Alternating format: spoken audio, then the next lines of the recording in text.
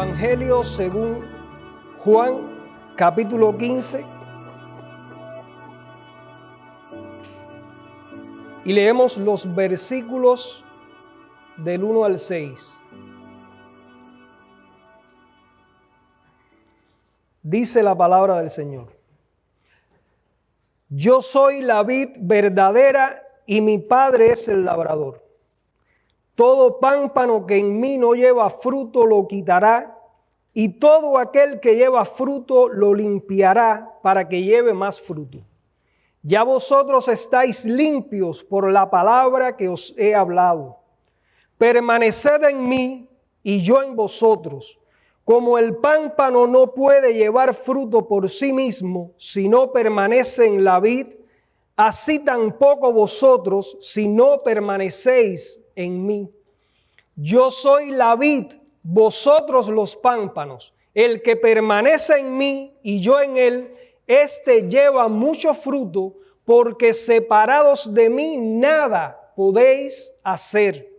El que en mí no permanece será echado fuera como pámpano y se secará, y los recogen y los echan en el fuego y arden. Oremos, hermanos.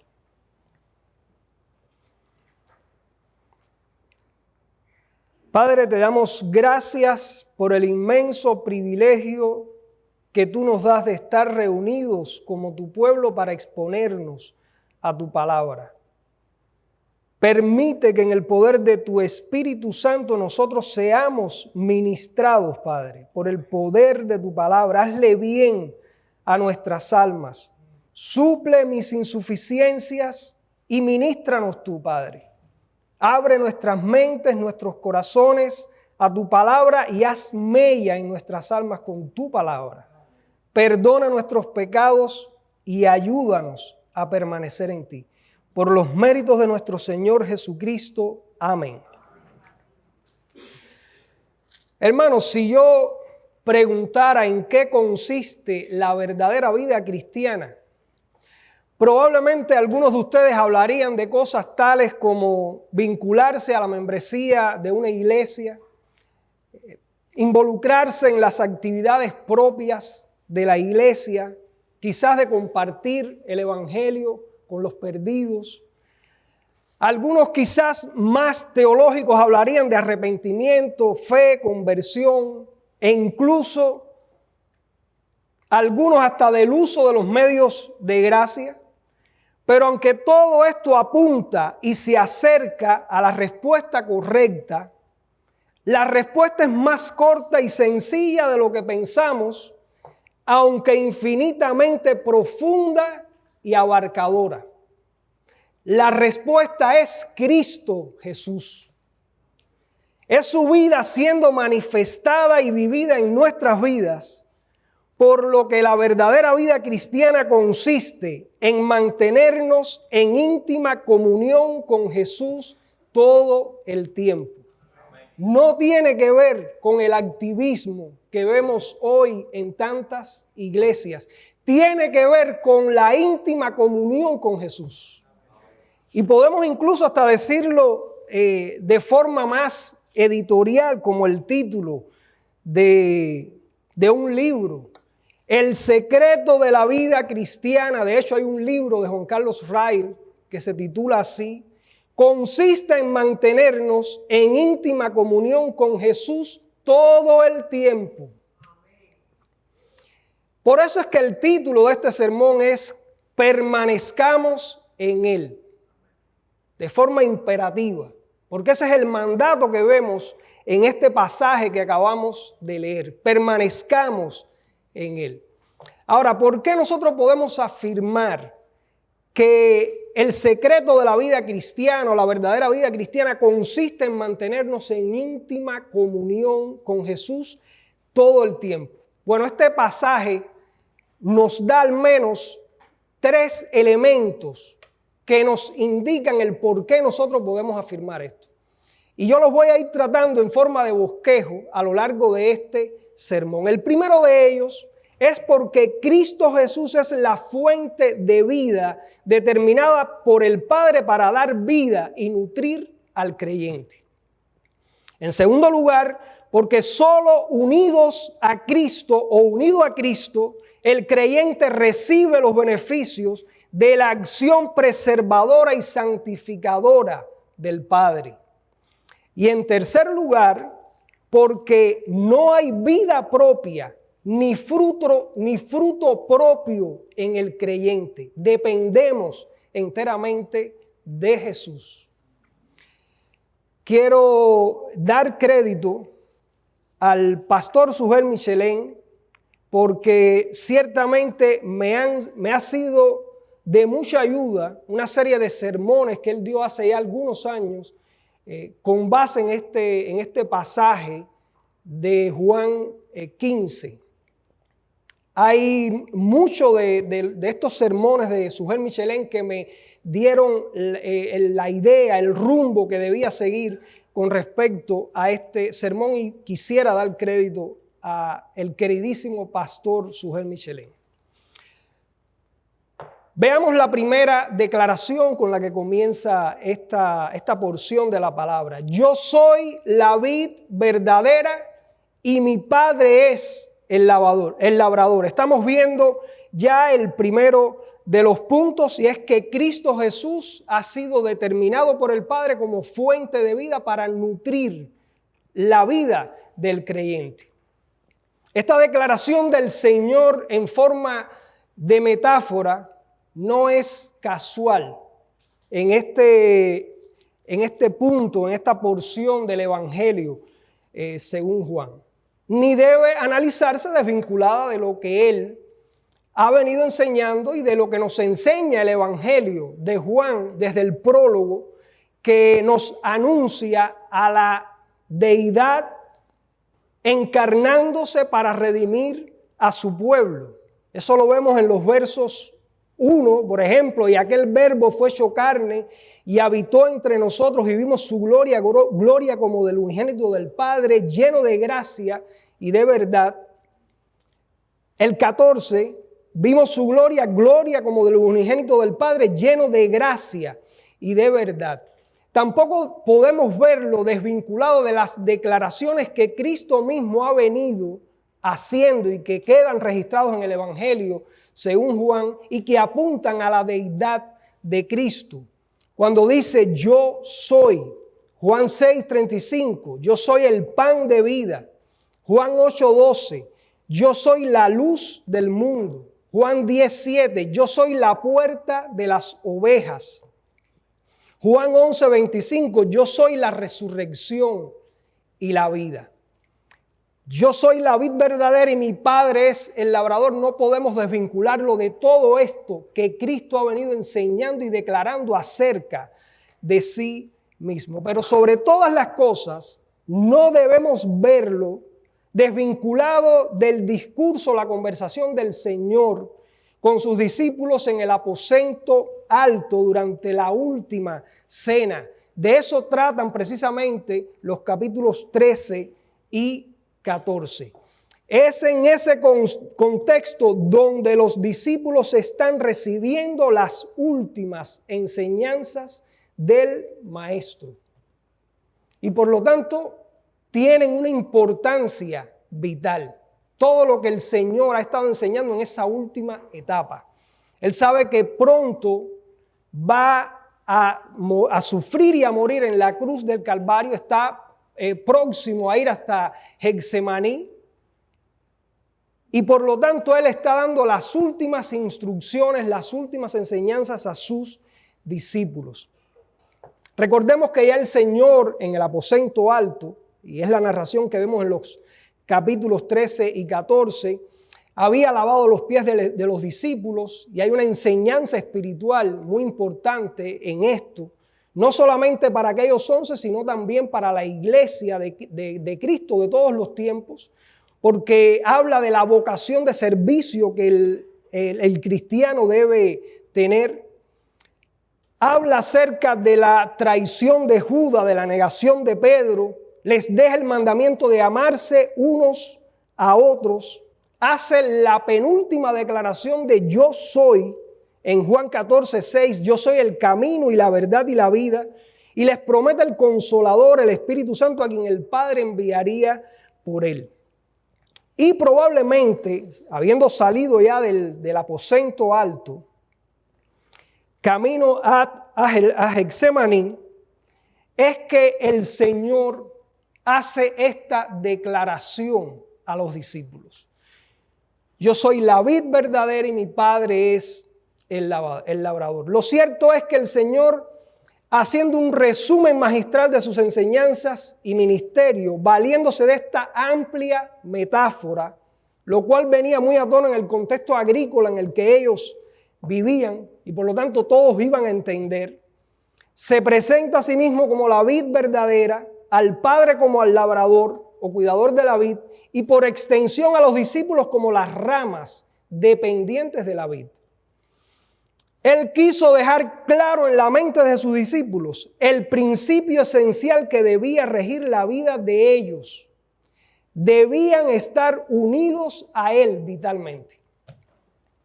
¿No es este acaso el principio que también debe regir nuestras vidas? Ahora, la figura de la vid o la viña evidentemente era conocida por los discípulos. Siempre se usó en el Antiguo Testamento para referirse al Israel nacional y su imposibilidad de dar frutos por su dura cerviz y rebelión contra Dios. Yo me imagino que en el momento que el Señor está haciendo esta declaración, yo soy la vid verdadera, más allá de lo que pudo haber venido a la mente de los discípulos, quizás viendo un viñedo y comprendiendo que el Señor está hablando de que Él va a ser ese tronco vital del cual iban a estar unidos ellos como ramas. También vendrían a su mente pasajes del Antiguo Testamento que hablaban de Israel étnico, nacional, como viña que no daba los frutos que Dios esperaba. Quizás pensaron en el Salmo 80, 9 al 16, Jeremías 2:21, Ezequiel 15:1, Oseas 10 del 1 al 2 y evidentemente Isaías 5 del 1 al 4. Miremos cómo lo dice Isaías para nosotros tener en la mente esta idea del Israel nacional como viña que no dio los frutos que Dios esperaba y el contraste con Cristo como esa viña o esa vid verdadera que sí dio los frutos que Dios demandaba de su pueblo. Dice Isaías: ahora cantaré por mi amado el cantar de mi amado a su viña. Tenía mi amado una viña en una ladera fértil. La había cercado y despedregado y plantado de vides escogidas. Había edificado en medio de ella una torre y hecho también en ella un lagar y esperaba que diese uvas y dio uvas silvestres. Ahora pues, vecinos de Jerusalén y varones de Judá, juzgad ahora entre mí y mi viña. ¿Qué más se podía hacer a mi viña que yo no haya hecho en ella? ¿Cómo esperando yo que diese uvas, ha dado uvas silvestres? El Israel étnico no dio el fruto que Dios esperaba. Y ahora el Señor le está declarando a sus discípulos que Él es esa vid verdadera. Y en esa declaración está implícito el hecho de que su persona y en su obra se han cumplido todos los requerimientos exigidos por el Padre para ser fuente de vida y dar fruto agradable a Él. El fruto de misericordia y de justicia que Israel nunca dio. Les está diciendo, hermanos, el Señor con esta declaración a sus discípulos, que Él es la verdadera viña del Padre, el verdadero Israel. Eso tiene una connotación tremenda relacionado con nosotros. No vamos a entrar a analizar eso ahora. Pero eso es lo que el Señor está diciendo cuando dice: yo soy la vid verdadera. De esta forma el Señor está implicando todo lo que Él es en sí mismo. La deidad encarnada que vino a reconciliar a su pueblo consigo mismo. El segundo Adán que vino a cumplir en su persona toda la justicia que el primer Adán no cumplió. La simiente prometida a Abraham en la cual iban a ser benditas todas las familias de la tierra. y por lo tanto el Israel espiritual de Dios, la viña escogida y plantada por el Padre. También está implicando todo lo que Él debía hacer para los que lo seguían. Fuente de vida, fuente vital, a la cual hay que estar unidos. Y por último, también todo lo que Él es en su relación con el Padre. De la misma esencia del Padre, la segunda persona de la Trinidad, hecho hombre, sujeto en obediencia al Padre. Todo esto lo vemos implicado en esa declaración. Yo soy la vid verdadera. Es interesante que Jesús presenta al Padre como al cuidador de la vid. Quizás para traer a la mente de los 11 discípulos lo que hacía unos pocos minutos le había explicado acerca de la interrelación entre él y su Padre y la unidad existente entre ellos y la obra que el Padre mismo realizaría en ellos. Por ejemplo, en Juan 14:7, no podemos analizar una cosa desvinculada de la otra. Unos minutos antes, el Señor está en el aposento alto hablándole estas cosas a los discípulos. Si me conocieseis también a mi Padre conoceríais, y desde ahora le conocéis y le habéis visto, dice Jesús. Y también le dice más adelante, en 14:23, respondió Jesús y le dijo, el que me ama, mi palabra guardará, y mi Padre le amará, y vendremos a él y haremos morada con él. Ahora, esto nos lleva al segundo encabezado de nuestro sermón, que explica por qué la verdadera vida cristiana consiste en mantenernos en íntima comunión con Jesús todo el tiempo. Implica el hecho de que nosotros somos las ramas que tenemos que estar unidos vitalmente a ese tronco de la vid verdadera que es Jesús. ¿Por qué también nosotros podemos aseverar esto? Porque solo unido a Cristo el creyente recibe los beneficios de la acción preservadora y santificadora del Padre. Dice el verso 2, véalo en sus Biblias. Todo pámpano que en mí no lleva fruto lo quitará, y todo aquel que lleva fruto lo limpiará para que lleve más fruto. Aquí tenemos al Padre como cuidador de su vid escogida, quitando toda vegetación muerta en la planta para que las ramas vivas puedan llevar más frutos. Todo aquel que ha tenido quizás la experiencia de tener un árbol de vid en su casa o cualquier otro tipo de árbol, sabe perfectamente que una de las formas que se usan para hacer más fructífero a ese árbol es quitarle las ramas secas o podar ciertas ramas en ciertas épocas del año para que el árbol pueda ser más fructífero. Esa es la idea que el Señor está trayendo con esta ilustración. En el contexto inmediato, el Señor se pudo haber estado refiriendo a Judas Iscariote. Hermanos, recuerden que acaban de salir del aposento alto, van caminos a Getsemaní, el Señor quizás está pasando por delante de un viñedo, no sabemos. Lo cierto es que Él dice, yo soy la vid verdadera, mi Padre es el labrador y todo pámpano que en mí no lleva fruto será quitado.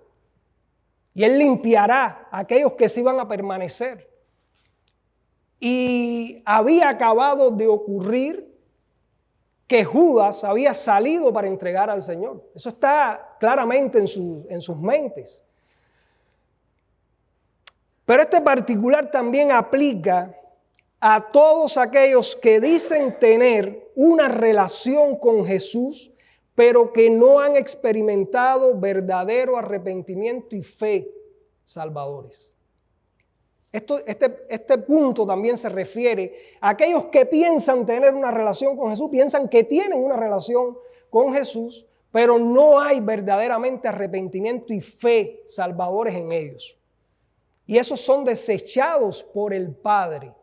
Por eso es que podemos hablar de la obra preservadora y santificadora del Padre. Está quitando lo que no debe estar en la vid y preservando lo que sí debe estar. Al respecto, MacArthur dice en su Biblia de estudio, aunque el contexto inmediato se enfoca en los 11 discípulos fieles, la imagen también abarca a todos los creyentes en todas las épocas y lugares. Hermanos, eso tiene que ver también con nosotros. Los pámpanos que no llevan fruto representan a los que profesan tener fe, pero su falta de fruto indica que en su vida nunca ha ocurrido una salvación genuina y que no reciben la vitalidad de la vida. El Señor también le ha mostrado, le ha enseñado, le ha declarado a los discípulos que por sus frutos serán conocidos todos aquellos que sí permanecen en Él. El buen árbol va a dar buen fruto, el mal árbol da mal fruto. Por sus frutos los conoceréis. Ahora, por un lado, el Padre quita las ramas que no fructifican y por el otro limpia a las que llevan fruto para que sean más fructíferas. Por eso les hablaba ahorita de la labor del viñador, en el caso de la vid, podando para que la rama lleve más fruto. MacArthur dice, Dios quita todas las cosas en la vida del creyente que le impidan llevar fruto en abundancia. Esto es, Él azota si es necesario para arrancar todo pecado y todo obstáculo que frustre la vida espiritual. Así como un agricultor quita cualquier cosa que crezca en las ramas y que les impida rendir fruto al máximo. Es esa acción preservadora y santificadora del Padre. Ahora, el verdadero creyente está sujeto a un proceso de limpieza continua por parte del Padre. Ustedes lo han podido experimentar en sus vidas. Porque quiera Dios que todos los que están hoy aquí presentes lo hayan experimentado, hermanos. Cuando en Romanos 8:28 leemos que a los que aman a Dios todas las cosas les ayudan a bien, es porque todo lo que Dios permite en nuestras vidas y obra en nuestras vidas, también su disciplina y providencias aflictivas, redunda para ser hechos a la imagen de Cristo. Ese es el objetivo fundamental. Es un texto que se cita muchas veces mal citado para referirse a algo que no fue la intención del Espíritu Santo cuando lo dejó plasmado en nuestras Biblias, que tuviera. Todas las cosas nos ayudan a bien al que ama a Dios, pero eso está hablando de Dios formando la imagen de Cristo en el creyente. Y por lo tanto todo va a ayudar a bien para eso. Ahora, el instrumento fundamental que usa el Padre para limpiar es su palabra. Vean el verso 3. Ya vosotros estáis limpios por la palabra que os he hablado. Porque la palabra de Dios es viva y eficaz y más cortante que toda espada de dos filos y penetra hasta partir el alma, el espíritu, las coyunturas y los tuétanos y discierne los pensamientos y las intenciones del corazón. Hebreos 4:12. Es la palabra de Dios la que tiene poder transformador. Es por ella que debemos dejarnos transformar por medio de la renovación de nuestro entendimiento. El pasaje de Romanos 12:2. No os conforméis a este siglo, sino transformaos por medio de la renovación de vuestro entendimiento para que comprobéis cuál sea la buena voluntad de Dios, perfecta y agradable. Cada vez que somos redarguidos y exhortados por la palabra de Dios, cuando la leemos, meditamos en ella o la escuchamos, estamos siendo limpiados por su poder transformador. Por eso el énfasis de esta iglesia en la exposición fiel y clara de la palabra. Es ella la que tiene poder para limpiarnos, hermanos, para edificarnos, para consolarnos, para redarguirnos de pecado. ¿Cómo va ese proceso en tu vida? Cada vez que te expones a la predicación de la palabra, cada vez que la lees o meditas en ella en tu casa, procura que te limpie, que te edifique, que te consuele.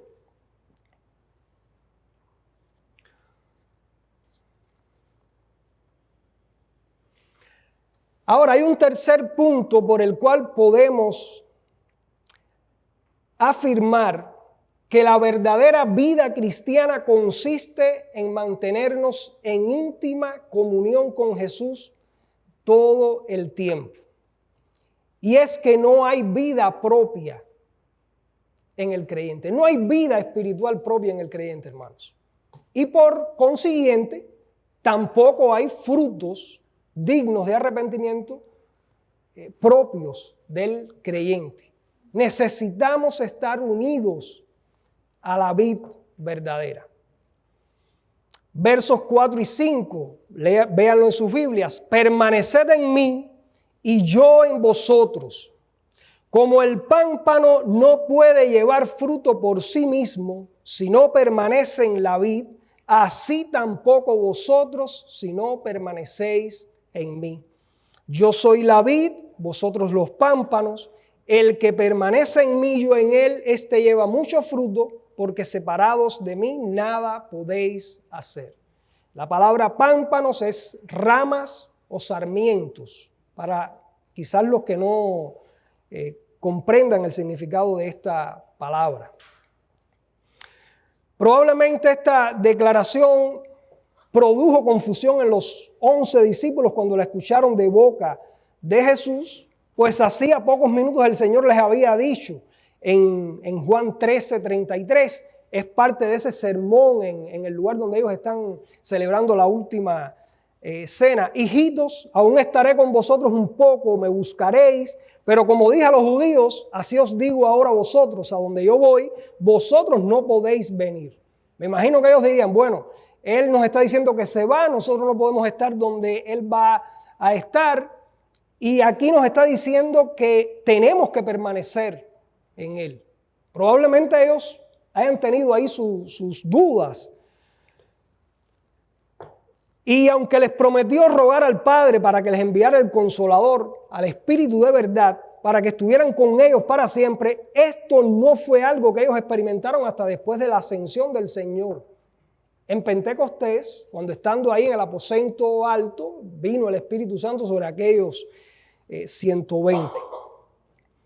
Ahora, lo cierto es que estos versículos le mostraron a ellos y nos enseña ahora a nosotros la necesidad vital del creyente de permanecer unido a Cristo Jesús por la fe en el poder del Espíritu Santo. Quizás ellos se sintieron confundidos, pero evidentemente en algún punto debieron haber comprendido que cuando el Señor les decía, yo me iré, ustedes no pueden ir ahora, pero permanezcan en mí, es porque le estaba haciendo referencia a la fe como medio que ellos iban a tener para estar unidos a Cristo y el Espíritu Santo por el cual Jesús iba a habitar en sus corazones.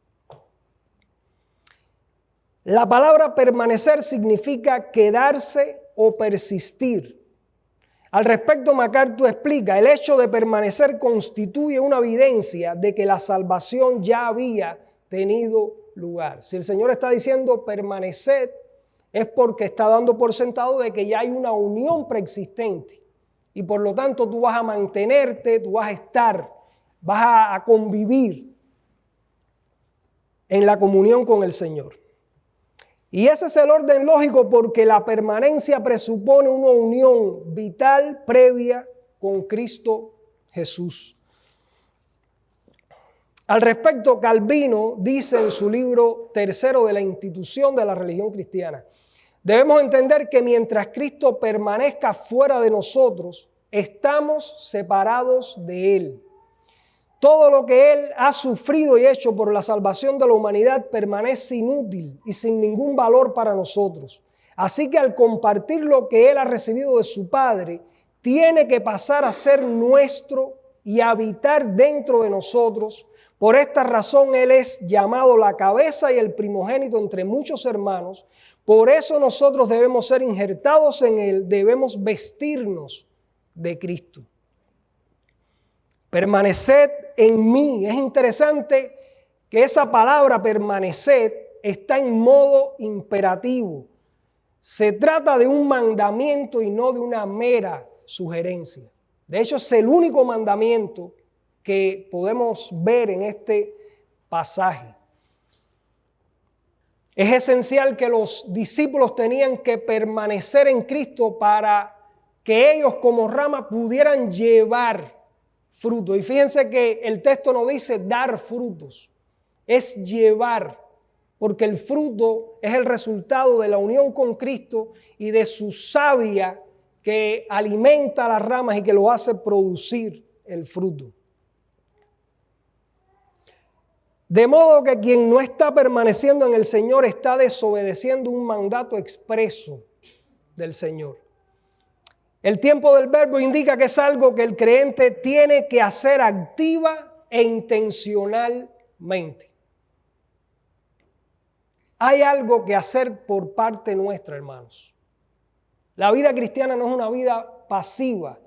Si bien en la soberanía de Dios, Dios está obrando en ti y formando en ti el carácter de Cristo, hay algo que nosotros también tenemos que hacer. No es algo que ocurre accidentalmente, es el resultado de una acción consciente del creyente. Sobre este particular, Berkhoff dice en su teología sistemática: la unión del creyente con Cristo implica acción recíproca. Escuchen esto. El acto inicial es el de Cristo que une a los creyentes consigo mismo mediante el acto de regenerarlos y de este modo produce fe en ellos. Al contrario, el creyente también se une a Cristo mediante un acto consciente de fe y continúa la unión mediante la influencia del Espíritu Santo por medio del ejercicio constante de la fe. Entonces, ¿qué es permanecer en Cristo Jesús? Es mantenernos en comunión con Jesús y en dependencia de Jesús en todo momento, cada día, es decir, momento a momento, día tras día.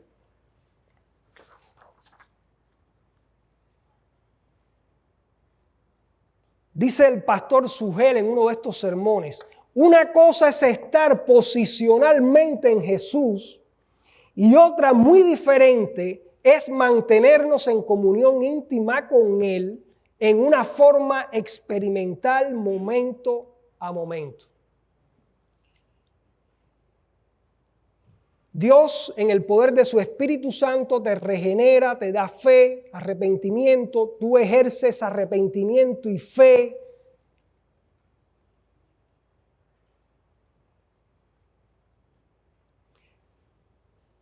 Pero eso te da una posición. Posicionalmente tú estás en Cristo. Pero también hay la parte experimental de tu relación íntima con Cristo. Y de esto es de lo que estamos hablando aquí. Nosotros como creyentes estamos llamados a hacer una realidad en nuestras vidas diarias lo que somos posicionalmente en Cristo Jesús. Hemos sido salvados, estamos posicionalmente salvados, pero mientras más estrecha sea la brecha entre esa posición que Cristo nos da con la salvación y nuestra íntima comunión con Él, nosotros podemos decir que estamos creciendo espiritualmente, que estamos viviendo una vida íntegra unidos a Cristo.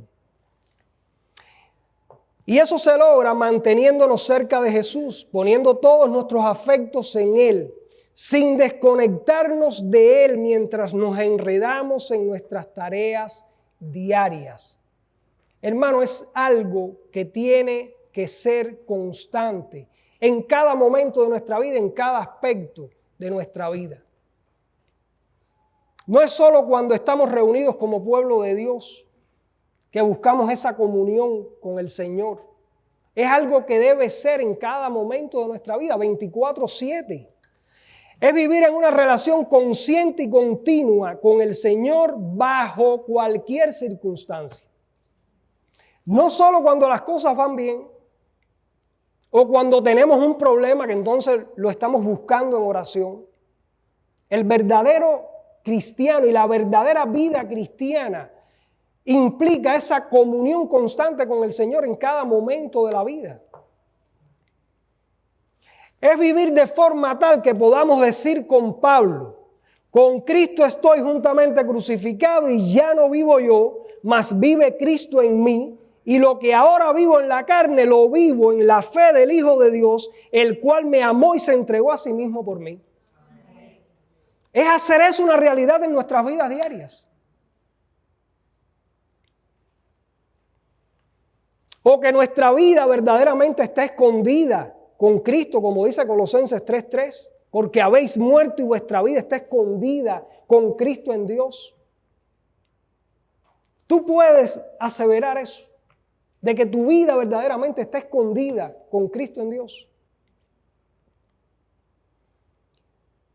Acerca de Cristo y nuestra relación con Él, Juan Carlos Rail escribió en su libro Santidad. Escuchen esto, para que ustedes vean esa dependencia de la que nosotros debemos tener a nuestro Señor. Le plugo al Padre que en Él morara toda plenitud, la satisfacción total para todas las necesidades del creyente. Él es el médico a quien tiene que acudir cada día. Él lo mantendrá sano. Él es el maná que debe comer cada día y la roca de la cual debe beber cada día. Su brazo es el brazo sobre el cual tiene que apoyarse cada día al salir al desierto de este mundo.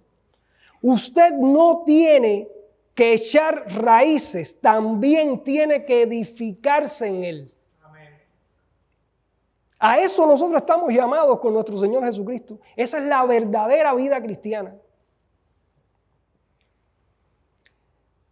Dice Sujel también esto: por tanto, permanecer en Cristo es estar apercibidos de su presencia en nuestras vidas y en una forma intencional mantener una comunión real y cercana con Él. De forma intencional. No se trata de algo místico o algo abstracto. No. Más bien es algo práctico y real. Es hacer el uso adecuado de los medios de gracia que Dios ha establecido para esto mismo. Lectura de las Escrituras, la oración, la meditación, el autoexamen. Estos son medios privados de gracia. Y hay un aspecto importante en esto que voy a decir, que parece muy obvio, pero que lo olvidamos muy a menudo. Nadie lo puede hacer por nosotros. Igual que permanecer en Cristo, nadie lo puede hacer por ti. Tienes que afanarte en eso. Tienes que hacer uso tú de los medios de gracia. El culto regular el domingo, las reuniones de oración, exponerse a la predicación de la palabra, la participación en la cena del Señor como medios públicos de gracia. Hermanos, Jesús es una persona real que ha prometido estar con nosotros todos los días hasta el fin del mundo. No hay nada místico en eso. ¿Estás tú consciente de esa realidad? ¿Realmente tú anhelas su presencia contigo todos los días? ¿O en ocasiones te molesta saber que Cristo en su omnisciencia sabe todo lo que tú haces y lo que tú piensas? ¿Puedes realmente tú experimentar, como David en el Salmo 16, la plenitud de gozo y las delicias de estar a la diestra del Señor siempre? ¿Dependes tú enteramente de Cristo. Ten presente que Jesús vino a darnos vida y vida en abundancia. Esa es la vida que Él quiere que vivamos, aferrados a Él, permaneciendo en Él y dependiendo de Él. Solo de esta forma se puede hacer realidad lo que Él prometió a los 11 discípulos en su discurso final en el aposento alto y por extensión a nosotros también. La paz os dejo, mi paz os doy, yo no os la doy como el mundo la da. No se turbe vuestro corazón ni tenga miedo. El creyente que permanece en Cristo vive con la conciencia de lo mucho que necesita a Cristo.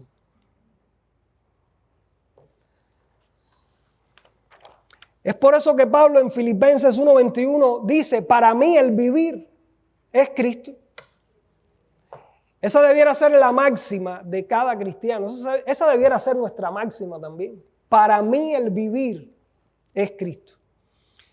Si queremos tener una vida fructífera, tenemos que acudir conscientemente a Cristo y permanecer con Él, hacer morada con Él.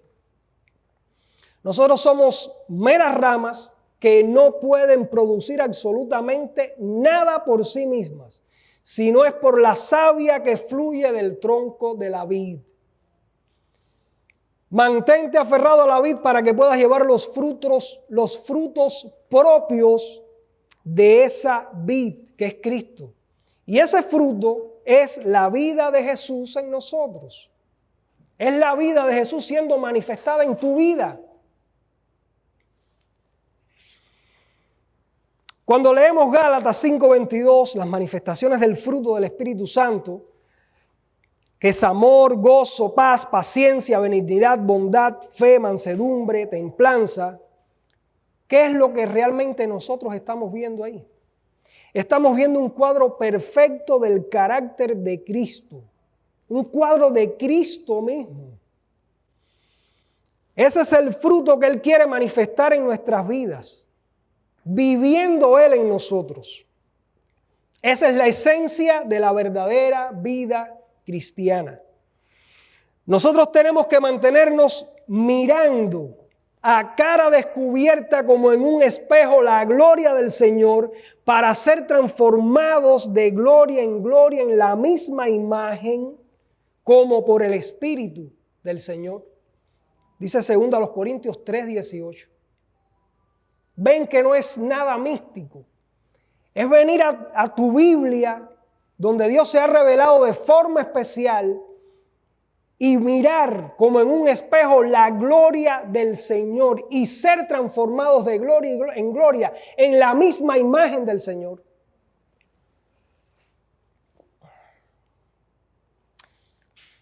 Por último, hermanos, a modo de aplicación, quiero exhortar primero a los creyentes a que experimenten en la práctica la vida plena, satisfactoria y gozosa que podemos encontrar en la comunión íntima con Jesús. Y repito esto, es exhortarlos a que experimenten en la práctica, en la vida cotidiana, no de forma esotérica ni nada de eso, la vida plena, satisfactoria y gozosa que podemos encontrar en la comunión íntima con Jesús. Eso es posible, es real. Hoy nuestro hermano César de Luna nos llamaba durante el tiempo de la adoración pública, nos llamaba a adorar al Señor recordándonos cómo nosotros hemos sido bendecidos con toda bendición espiritual en los lugares celestiales en Cristo Jesús. Él usaba el texto de Efesios 1:3 y eso es real. Hemos sido bendecidos con toda bendición espiritual en los lugares celestiales.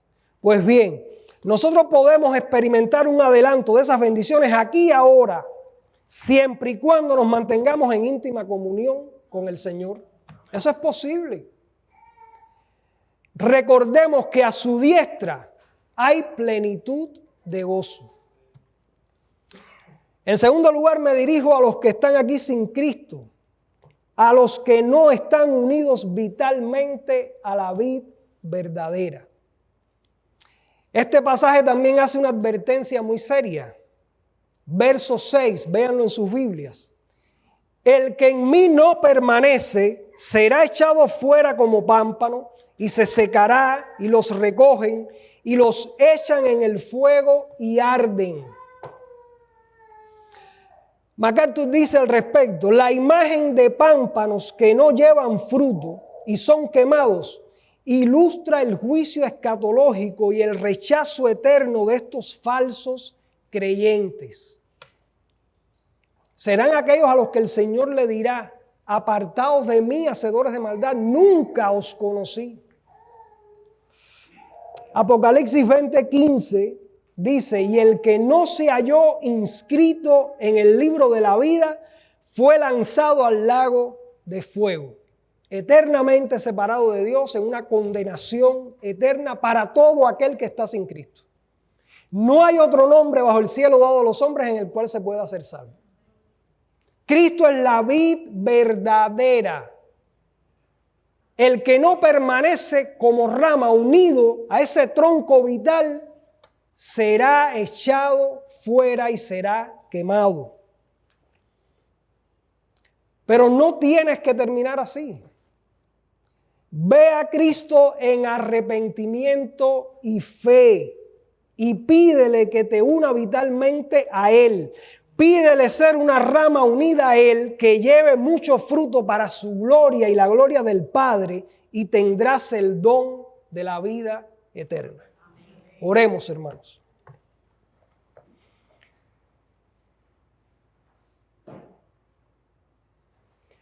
Padre, gracias por la vida de nuestro Señor Jesucristo siendo vivida en nuestras vidas. Gracias por habernos unido a Él de forma vital.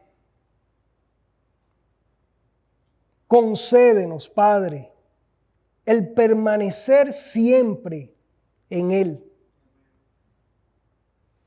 Concédenos el permanecer siempre en nuestro Señor. Ayúdanos a vivir la vida que tú quieres que nosotros vivamos unidos a Él. Ayúdanos a perseverar en eso todo el tiempo de nuestra peregrinación aquí en la tierra. Perdónanos, Padre, cada vez que flaqueamos en ese empeño, pero tú nos preservas para que nosotros perseveremos. Por los méritos de nuestro Señor Jesucristo. Amén.